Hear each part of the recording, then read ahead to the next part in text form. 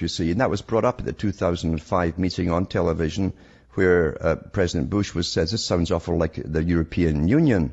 And then Bush jumped in and he said, well, what's wrong with that? He says free trade is good for us. And he skipped over all the other stuff that come with free trade, like total amalgamation and massive immigration and all the rest of it. But here's where this new totalitarian regime, remember these organizations that come out when they amalgamate countries are not democratic by any means at all. They're dictatorial powers, and even ex-communists have come out and said the same thing. This article here says, new economic union Gestapo to spy on everyone, and this is from the Sovereign Independent. A new European intelligence agency, Europol, has been handed frightening powers to pry into everyone's lives. This will come to the States too.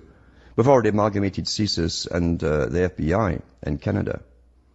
The agency of the EU can access information on everyone and anyone, including their political opinions and sexual preferences, if it suspects, rightly or wrongly, that they may be involved in any preparatory act which could lead to criminal activity. That covers anything, folks. Because everyone is a possible criminal given the right circumstances, like starvation. I'm sure some will say that calling Europol the Gestapo is unrealistic and over the top, but if you consider that during the reign of the Nazis, they would have to infiltrate social democratic and communist opposition, whereas today the powers that be can sit in an office performing information gathering using phone tapping, email and internet usage. Are Europol not a worse threat to our freedoms? The vagueness of the Hague-based force, that's UN again, sparked furious protest in UK yesterday, with critics warning that the EU snoopers threaten our right to free speech.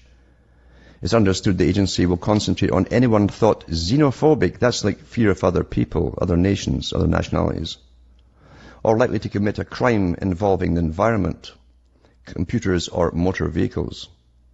This could include covert monitoring of people who deny the existence of climate change, no kidding, it will, or speak out on controversial issues.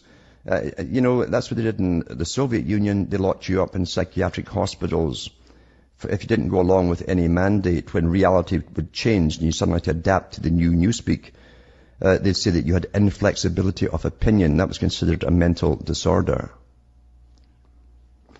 Paul Nuttall, chairman of the UK Independence Party, said, I'm horrified. We thought Gordon Brown's Big Brother state was bad enough, but at least we are going to kick him out in May. What will make a difference in it? Whoever comes in will be the same.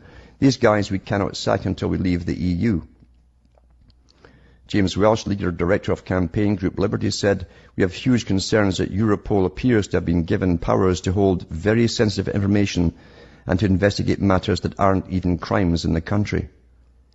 Any extension of police powers at any level needs to be properly debated and scrutinized. Well, fat chance, because you see, there is no debating going on at the EU Parliament. Even the politicians cannot make laws or adjust them or knock them out. It's done by a secretive group at the top. And that's a fact, folks.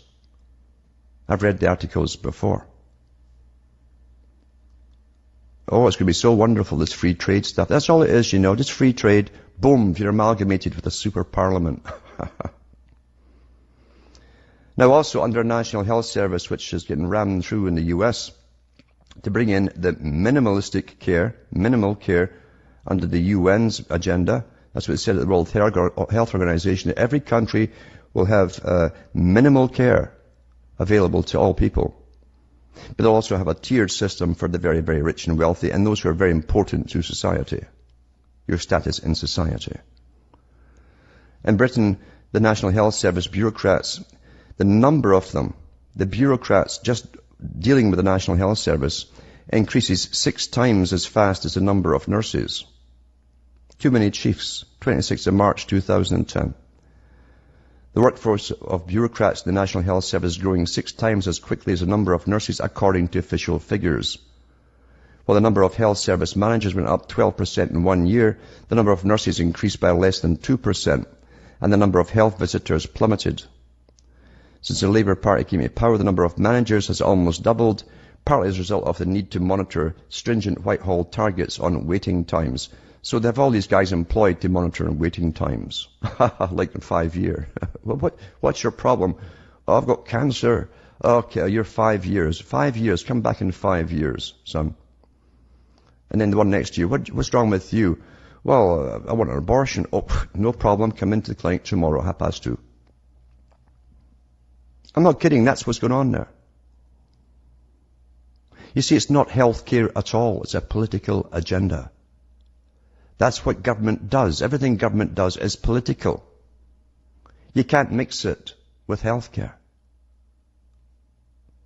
You can't mix it. Now, I read from Jack Attali's book a while back. The first one that he put out was called Millennium, Winners and Losers in the Coming New World Order. And he said that, and he works at the United Nations, remember, and he said the next boat people would be Americans leaving their countries, leaving their shores for work overseas.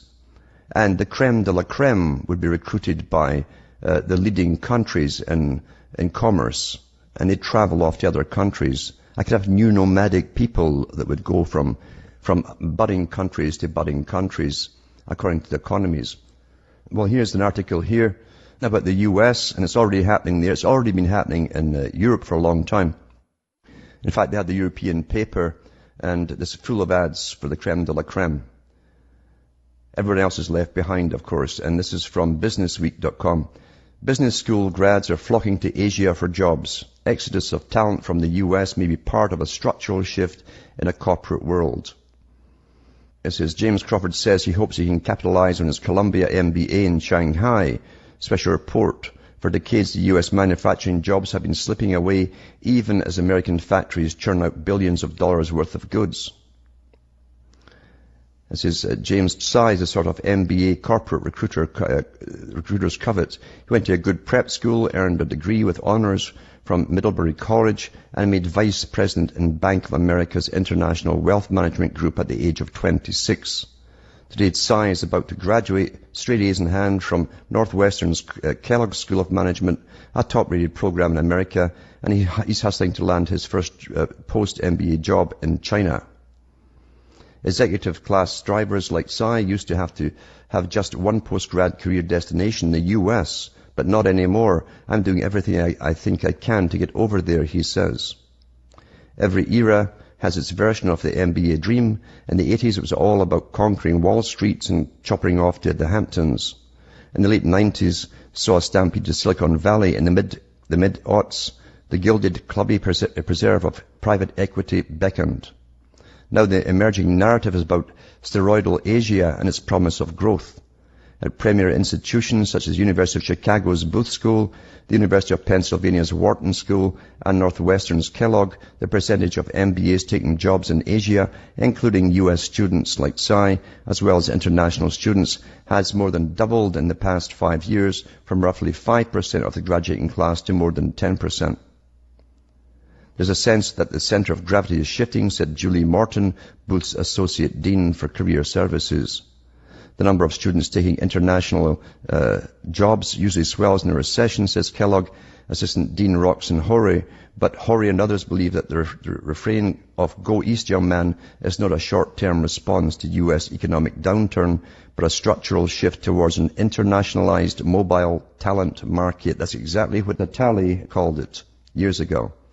A new nomadic class of professionals who will move from up-and-coming countries to up-and-coming countries across the world, but they'll only take the creme de la creme, and all those with B's and so on will all be stuck inside their vastly armed and guarded countries.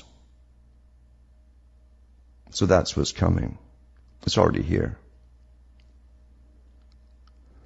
Now, we've all heard about nanotechnology. They've kept it very quiet. I've had articles from the nanotechnology associations to do with food, where they actually disguised it and said they didn't want the public to know. They weren't too happy about it, so they're going about it surreptitiously. But anyway, it's already in the food. And it's from AOL News, AOL. Regulated or not, nanofoods are coming to a store near you.